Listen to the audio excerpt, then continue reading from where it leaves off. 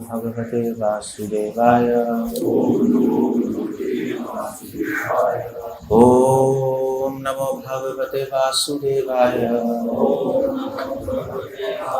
ओम नमो भगवते वासुदेवाय।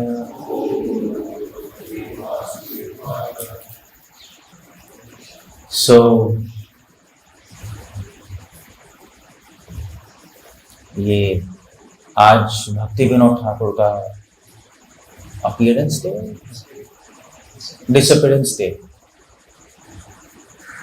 सोने के बारे में चर्चा करता हूँ। भक्ति विनोद ठाकुर के बारे में सो भक्ति विनोद ठाकुर हमारे गौड़िया वैष्णव संप्रदाय के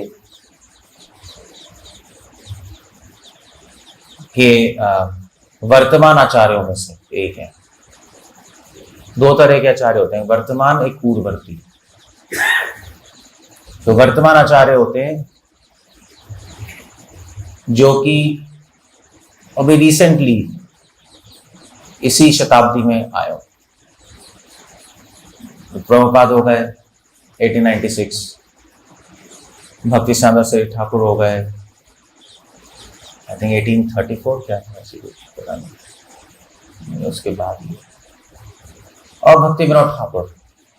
तो ये सब अभी 19वीं शताब्दी में आया नहीं, वर्तमान आचार्य। और उनसे पहले जो हुए हैं भक्ति विनोद ठाकुर से, उनको कहते हैं पूर्ववर्ती आचार्य।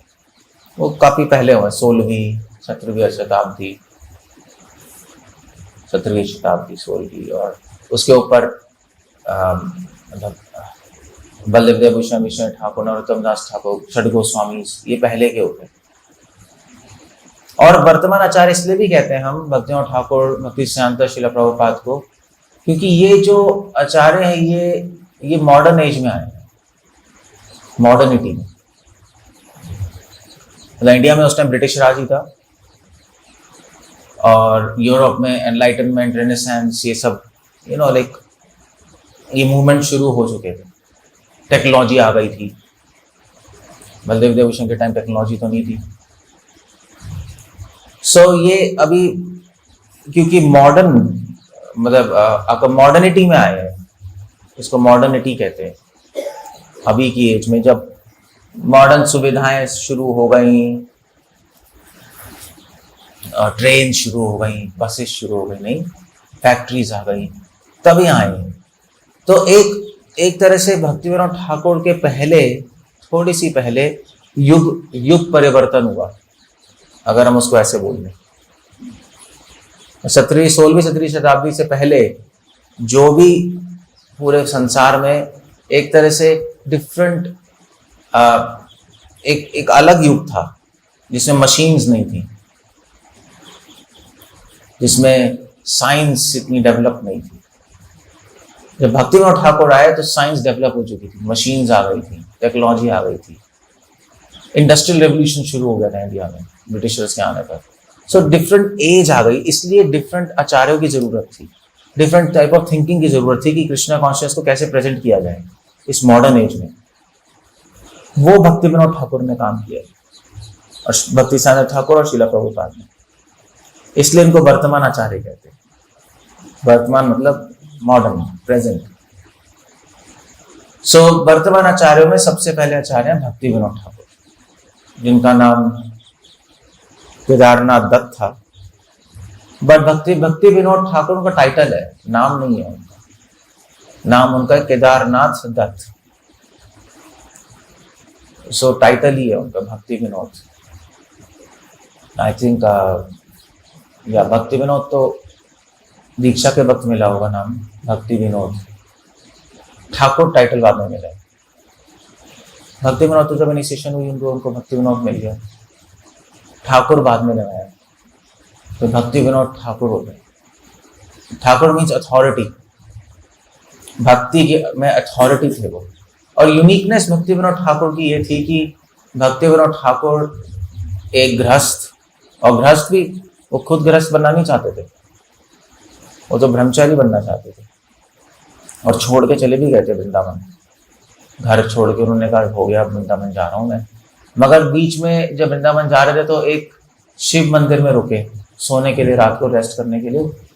तो वहां पे शिव जी प्रकट उनके सपने में, उन्होंने कहा कि तुम कहाँ जा रहे हो, तुम अभी तो तुम्हें बहुत काम करना है चैतन्य महाप्रभु का, और तुम ऐसे ही जा रहे हो सेवा छोड़ के, उससे तुम वापस जाओ। वापस गए और उन्होंने विवाह किया, सेटल हुए, और जज की पोस्ट हुई उनकी, और उनके 10 बच्चे थे। He was a busy man, but उस पोजीशन में रहते हुए उन्होंने जो काम किया वो ऑर्डिनरी आदमी नहीं कर सकते, वो सुपर ह्यूमन, क्योंकि उन्होंने जितनी भी गौड़िया वैष्णव किताबें खो गई थी उनको दोबारा से रिवाइव किया। ये उन्होंने स्पेशल काम किया। और उन्होंने कुछ ऐसे काम किए जो कि आचार्य ही कर सकते हैं, तभी वो आचार्य हैं। इतनी बिजी लाइफ में रहते हुए भी उन्होंने चैतन्य महाप्रभु के मूवमेंट को कंट्रीब्यूशन दी। ये तो भूतो न भविष्यति, अगर आप उनकी लाइफ पढ़ेंगे आप सरप्राइज हो जाएंगे। उन्होंने क्या ऐसा स्पेशल काम किया, क्या कंट्रीब्यूशन दी हमारी संप्रदाय को। सबसे पहले एक तो ग्रंथों को रिवाइव किया। भक्तिविनोद ठाकुर के टाइम चैतन्य चरितमृत तक खो गई थी।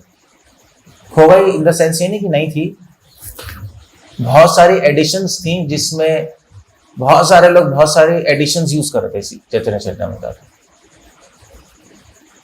तो किसी में कुछ लिखा है, किसी में कुछ लिखा है, किसी में कुछ। चैतन्य भागवत की भी एडिशंस बड़ी सारी थी।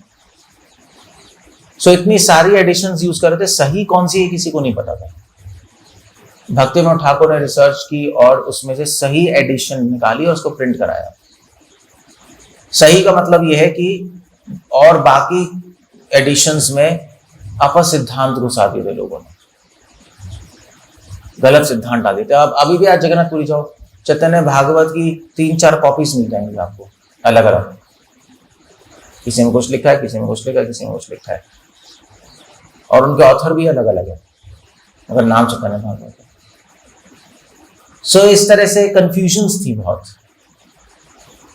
और जितने भी एक तो ये काम किया उन्होंने, हमारे गौड़िया वैष्णव ग्रंथों को दोबारा से एडिट किया और प्रिंट कराया। और यही लेगेसी भक्ति साईं ठाकुर ने कंटिन्यू की, भक्ति ठाकुर की बुक्स को एडिट कराना, प्रिंट कराना। दूसरा काम जो उन्होंने किया वो था साहिज्यों को के अगेंस्ट लिखना। अपसंप्रदाय, साहिज्य मतलब तो एक ही अपसंप्रदाय थी उस टाइम पर। अपसंप्रदाय मतलब कई लोग चैतन्य महाप्रभु के नाम पे ऊट पटांग बोल रहे थे कि महाप्रभु ने बोला है, कोई बोलता है ये बोला है, कोई बोला है ये बोला है। ऐसे कई अपसंप्रदाय, 13-14 मिनिमम अपसंप्रदाय आ गई थी जो कि आइडेंटिफाइबल थी। भक्तिविनोद ठाकुर गांव गांव गए, गांव गांव में ट्रैवल करके उन्होंने ये अपसंप्रदाय को देखा। बाहर से लोगों को क्या पता लगेगा, बाहर से तो सभी हरे कृष्णा बोल रहे हैं, बाहर से सभी गौर निताय बोल रहे हैं, मगर जब उनके सिद्धांत सुने और पूछा तो उसमें उटपटांग सिद्धांत थे। तो सारे उन्होंने आइडेंटिफाई किए और उन्होंने उसके अगेंस्ट लिखा। और जो एजुकेटेड लोग हैं उनको बताया कि ये महाप्रभु का मूवमेंट नहीं है, सिर्फ नाचना गाना और सिर्फ मतलब बेकार की फिलॉसफी बोलना।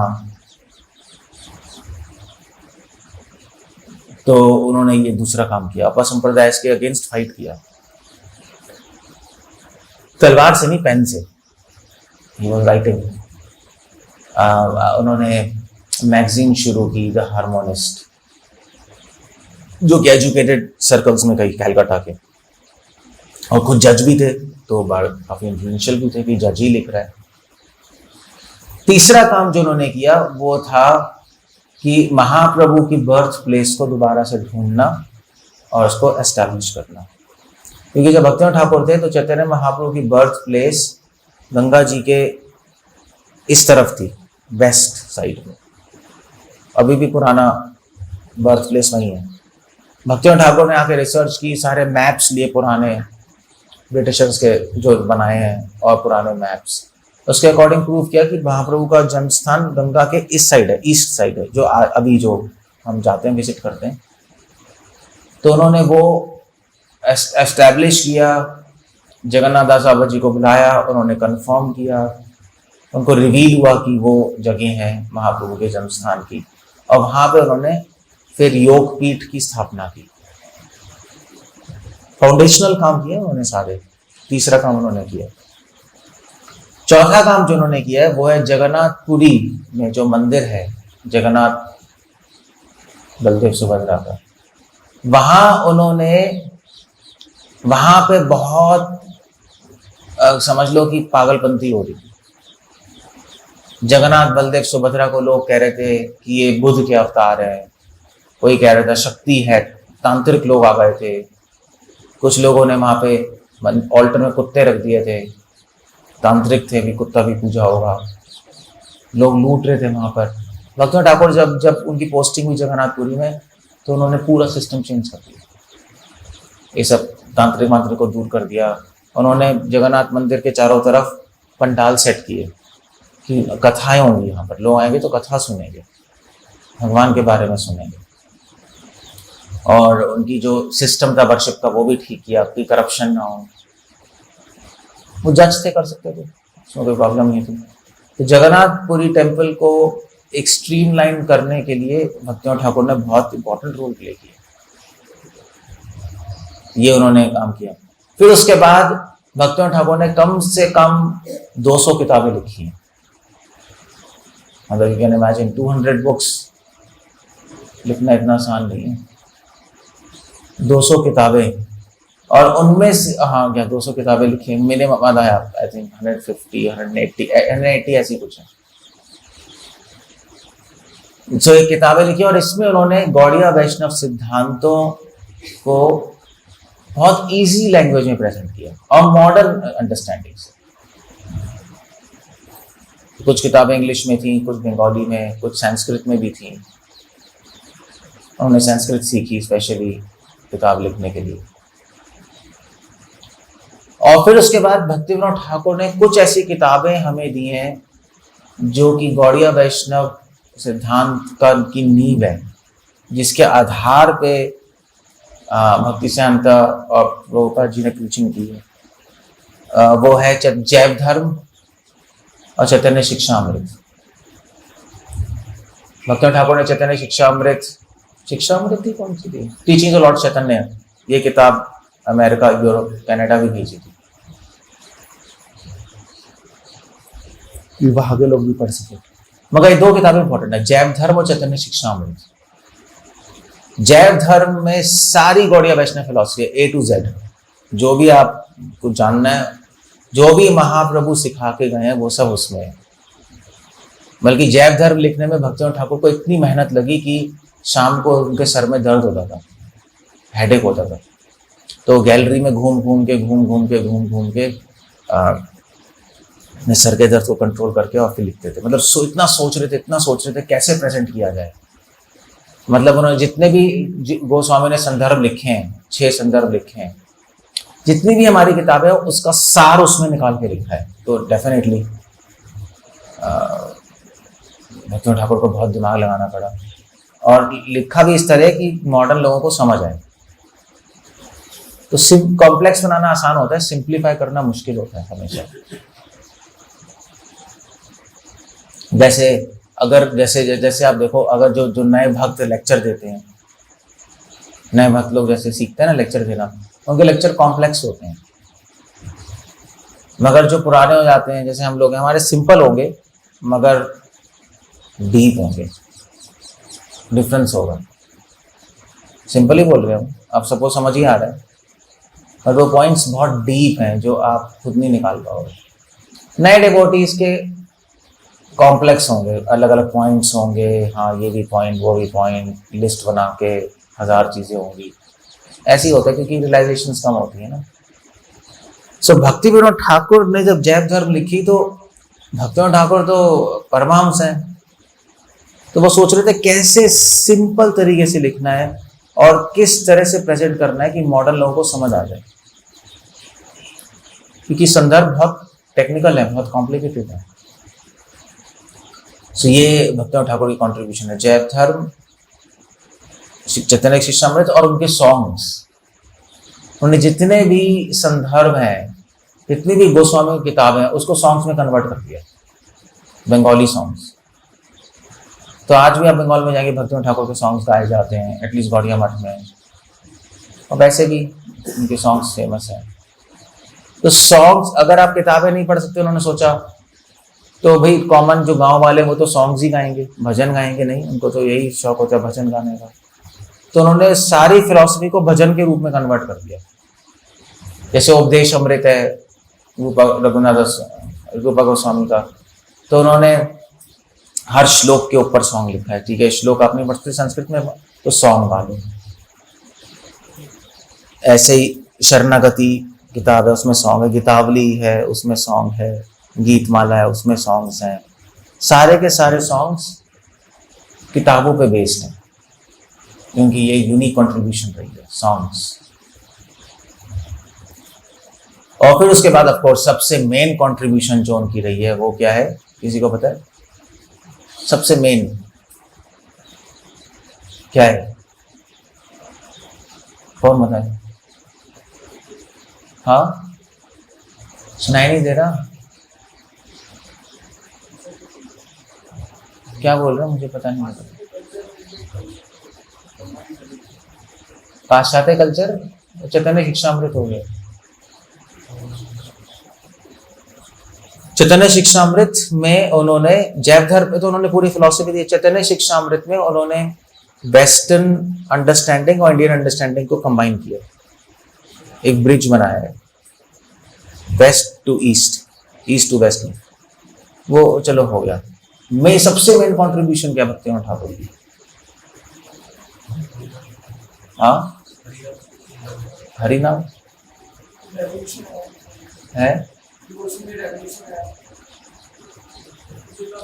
आधे घंटे से क्या बोल रहा हूं मैं? रेवोल्यूशन ही तो बोल रहा हूं। नहीं, यही तो कह रहा हूं, रेवोल्यूशन कैसे आया।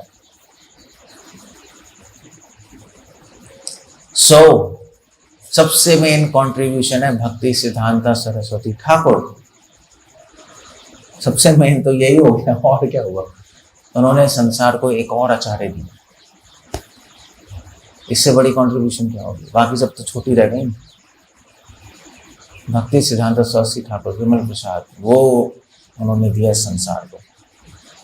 और जिन्होंने गौड़िया वैष्णव समाज को पूरे भारत में फैला दिया। भक्तिविनोद ठाकुर तो बंगाल में ही थे, लोकलाइज्ड, या पूरी खालसा पे पूरे भारत में फैला दिया, और फिर प्रभुपाद ने पूरे संसार में फैला दिया। सो भक्ति सिद्धांत ठाकुर कंट्रीब्यूशन रही है उनकी सबसे बड़ी। सो ये इसलिए ये भक्तिविनोद ठाकुर है। इनकी of course I mean to say, अगर आप पर्सनल लाइफ देखोगे तो वो तो चलो सोच भी नहीं सकते हम, सोच ही नहीं सकते हम। चलो 2 घंटे सोते थे, 64 राउंड्स करते थे रोज, जज, गृहस्थ, 10 बच्चे और 64 राउंड्स। ये कौन सोच के, कोई कर ही नहीं सकता। प्लस किताबें लिख रहे हैं, प्लस प्रीचिंग करने जा रहे हैं गांव गांव में, तो सुपर ह्यूमन है ये। नहीं, कैसे, कौन कर सकता है? सो भगवान की कृपा पात्र है, इसलिए वो कर पाए। सो पर्सनल लाइफ भी उनकी बहुत स्पेशल थी, और बहुत डिसिप्लिन, एक्सट्रीमली डिसिप्लिन। सो इस तरह से ये उनकी लाइफ रही है।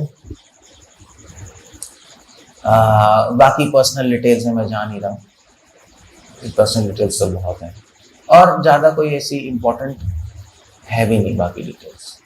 भक्तिविनोद ठाकुर ने, अच्छा एक और कंट्रीब्यूशन रही है बहुत इम्पोर्टेंट, भक्तिविनोद ठाकुर ही ने प्रीचिंग कलकत्ता में शुरू की। भक्तिविनोद आश्रम बनाया, और भक्तिविनोद ठाकुर ने अपना शरीर, जो पार्थिव शरीर है, वो कलकत्ता में छोड़ा, मायापुर में नहीं। और दैट्स क्वाइट इंटरेस्टिंग। सब लोग धाम आते हैं शरीर छोड़ने, नहीं, वो धाम छोड़ के गए कलकत्ता में। कलकत्ता में बैठ के उन्होंने भक्तिविनोद आश्रम बनाया, वो जगह अब तो इस्कॉन के पास है। तो वहां पर उन्होंने बैठ के भजन किया। क्यों? कि जिससे उनके रहने से वहां पे भगवान की भक्ति, वो उन्होंने हरि नाम किया वहां पे रहकर, नहीं। सो भगवान की भक्ति में कैलकाटा का बीज बोया हुआ, स्टार्टिंग की। और फिर ऑफकोर्स भक्तिवेदांत ठाकुर ने उसके बाद वहां पे सेंटर शुरू किया उल्टा डंगा में। But he was the first person जिन्होंने विजुअलाइज किया कि प्रीचिंग ज्यादा इंपॉर्टेंट है, और वो भी मंदिर ज्यादा इंपॉर्टेंट धाम में बनाना नहीं है, मंदिर ज्यादा इंपॉर्टेंट सिटी में बनाना है, नर्क में बनाना है। एक्चुअली कैलकाटा को नर्क कहते थे गौरव बाबा जी, नर्क है, ऑफ कोर्स नर्क ही था क्योंकि वहां ब्रिटिशर्स थे। और हिस्ट्री अब देखो, बंगाली औरतें सबसे करप्ट मानी जाती, बहुत करप्ट थी। ब्रिटिशर्स थे, उनके साथ उनका रिलेशनशिप था, बहुत हालत खराब थी बंगाल, कैलकाटा में। उस टाइम कैलकाटा मतलब समझ लो कि आज का दिल्ली था उस टाइम, इतनी खराब हालत थी। सो भक्तिवेदांत ठाकुर ने वहां पर कहा, वहां पे मंदिर की ज्यादा जरूरत है।